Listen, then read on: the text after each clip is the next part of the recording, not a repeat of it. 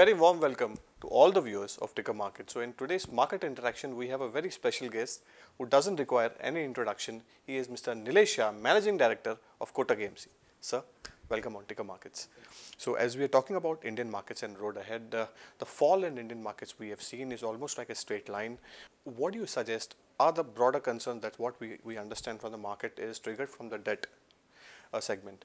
So is this fall here to stay, or do you see a recovery in the markets going ahead? If you can just highlight that, sir. So if we look at Nifty Large Cap Indices, it's down about 6% from top. That by any stretch of imagination can't be called as a fall.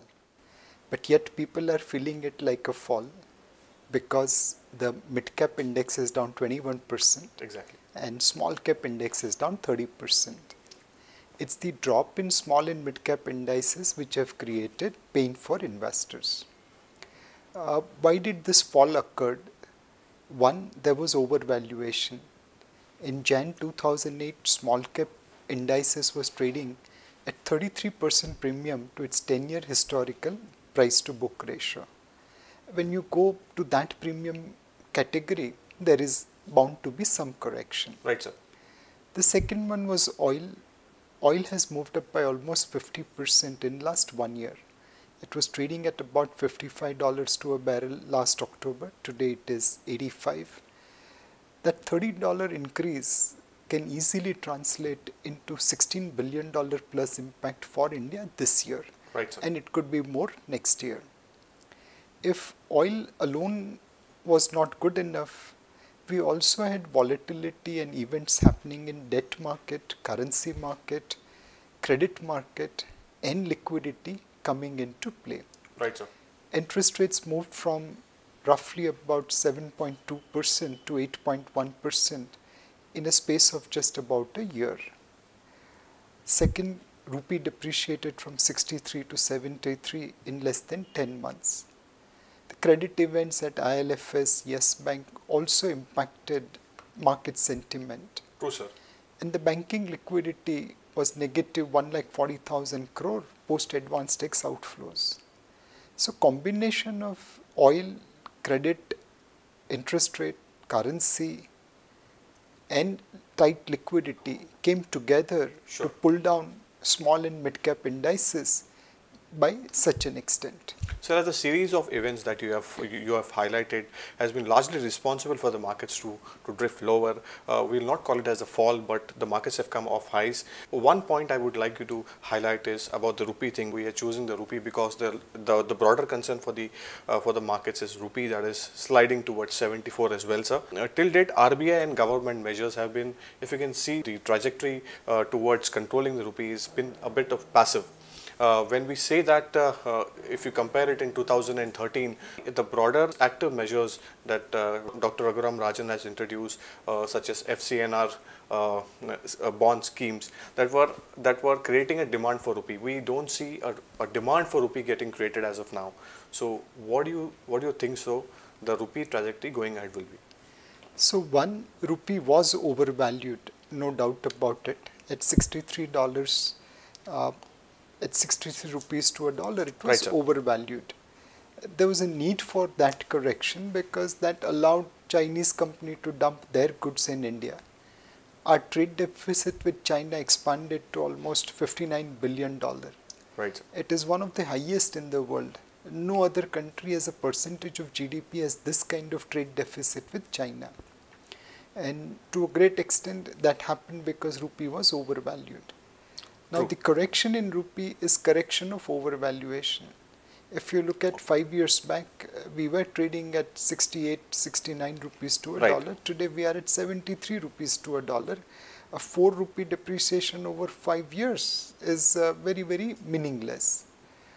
The destiny of rupee is to depreciate. Okay. That's mainly because our inflation is higher than our trade partners and our productivity growth is lower than our trade partners. Okay.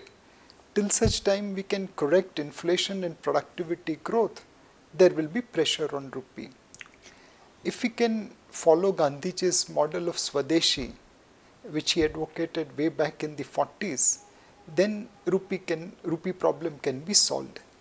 our fundamental problem is that we are consuming more than we can afford. Exactly. We are importing foreign goods and services more than we can afford. There are various categories which India needs to tackle. One is oil import. We are spending about $100 billion plus every year for import of oil. True. Something we exported back, but bulk of it is retained for domestic consumption. Gold imports hang out between $25 to $30 billion a year. That's a wastage of our money.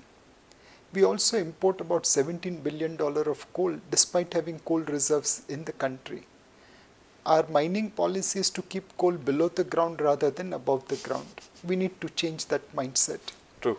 Mr. Anil Agarwal of Vedanta has been an advocate of exploiting India's natural resources, and he's absolutely right in that respect. The other thing is travel. 2.2 crore Indians travel abroad, even though we are a poor country. Only 1 crore foreigner visitors come to visit us, even though they are from a rich country. We need to change this ratio. Education, there are 500,000 Indian kids studying abroad. Now, going and studying abroad is nothing wrong, but can we attract students from Africa, Pakistan, Bangladesh, Sri Lanka for studying in India by building that kind of quality institutions? True, sir. True.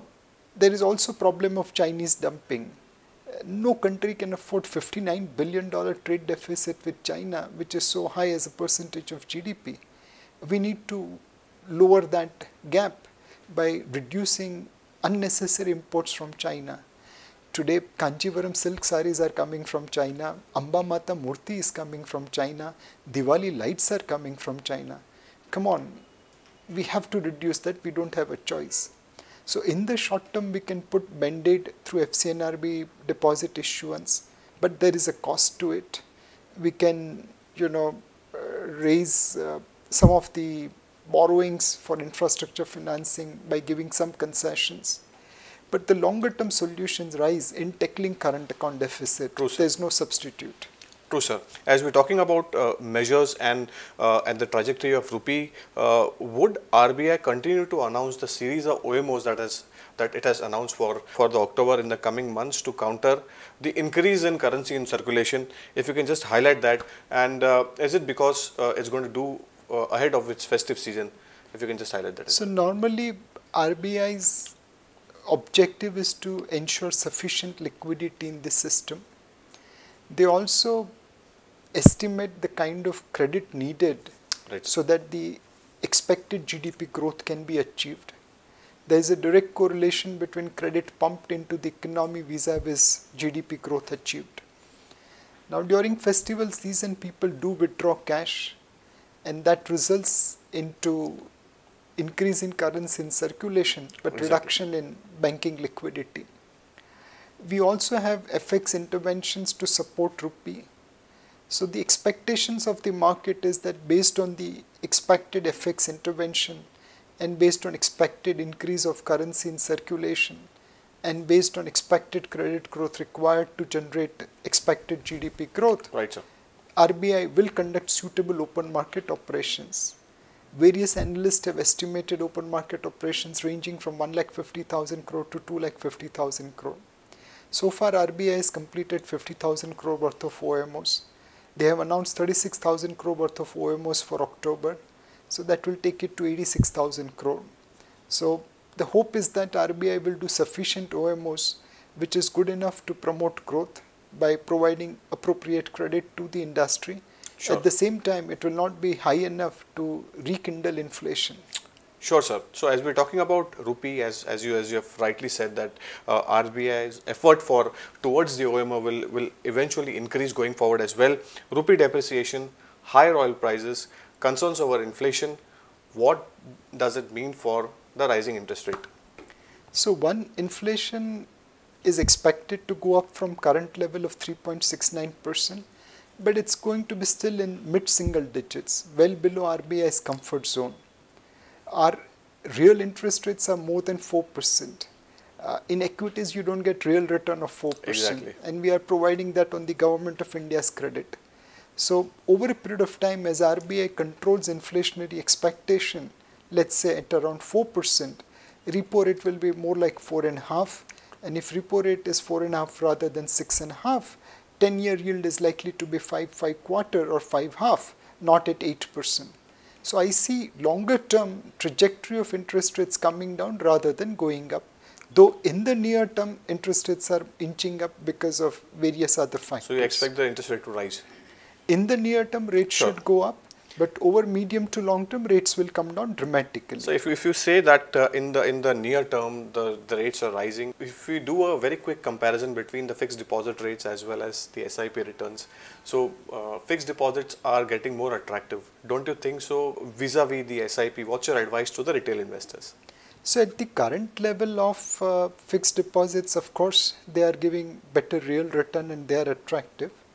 But if you look at post-tax, then a lot of that attraction disappears.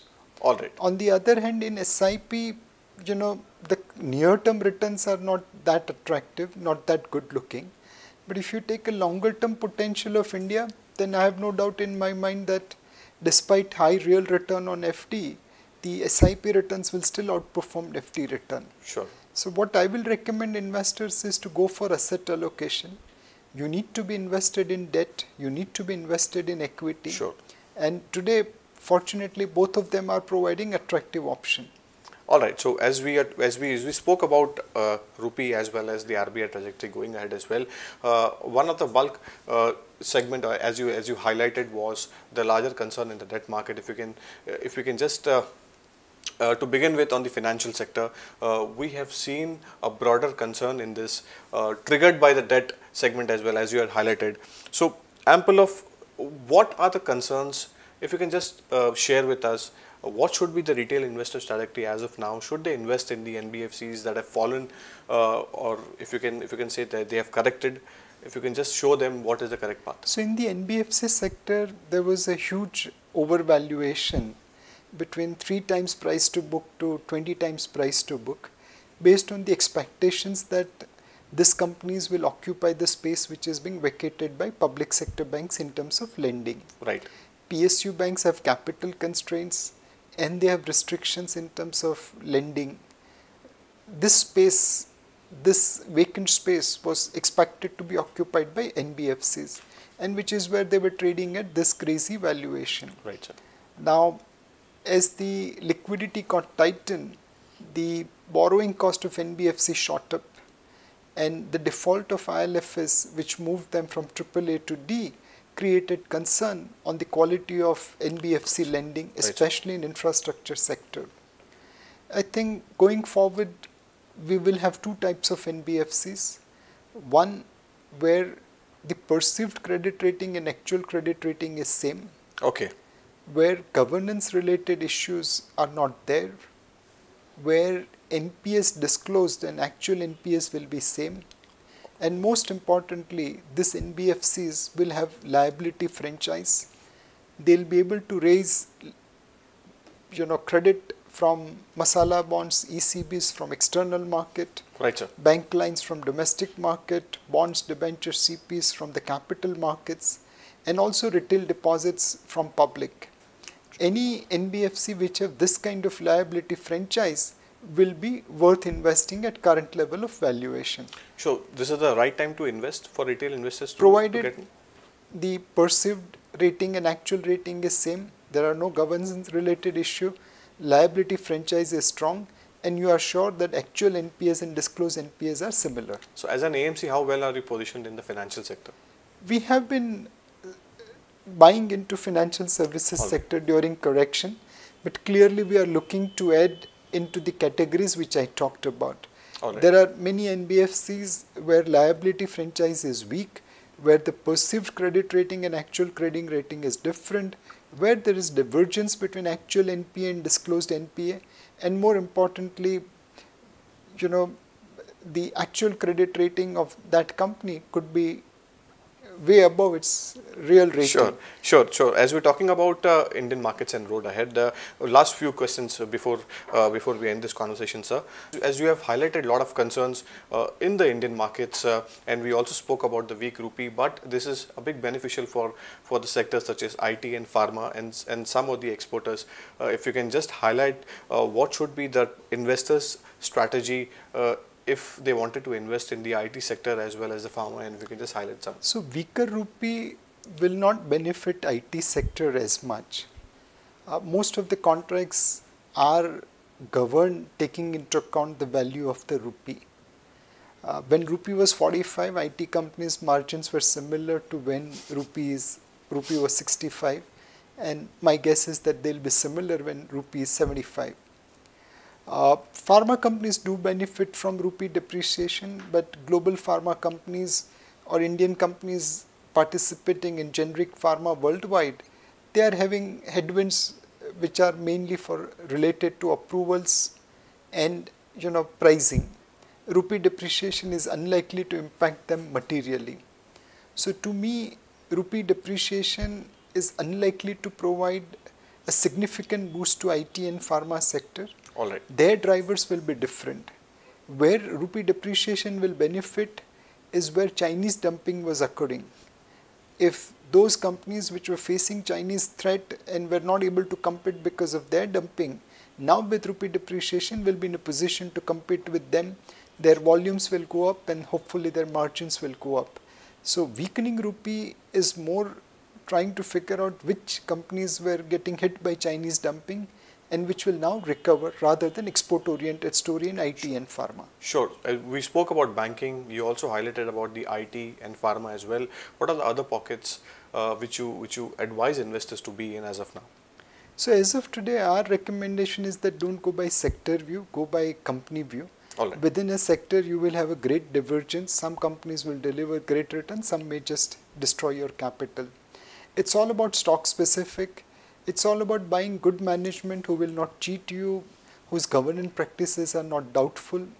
It's all about buying good businesses where they are generating cash flow and they don't demand cash from you. And more importantly, you have to buy it at a price where you have some margin of safety available. So if you can buy a good company run by good management at a good price, you will always have winner in your portfolio.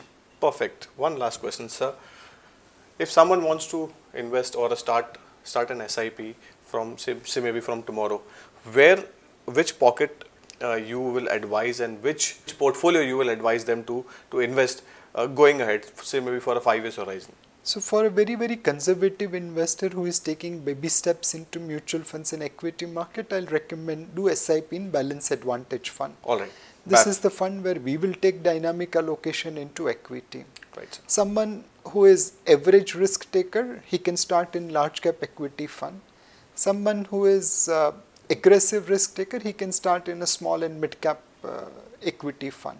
Sure. So don't choose fund based on return potential, choose based on your risk profile. If you are conservative, Balance Advantage Fund. If you are average, start with a large cap. And if you are aggressive, go into small and mid cap. Sure. Thank you so much for talking to Ticker Markets. Your inputs are too valuable for our retail investors. And going ahead, SIP is also the instrument which you can start from tomorrow. Thank you so much, sir. Thank you. Thank you so much.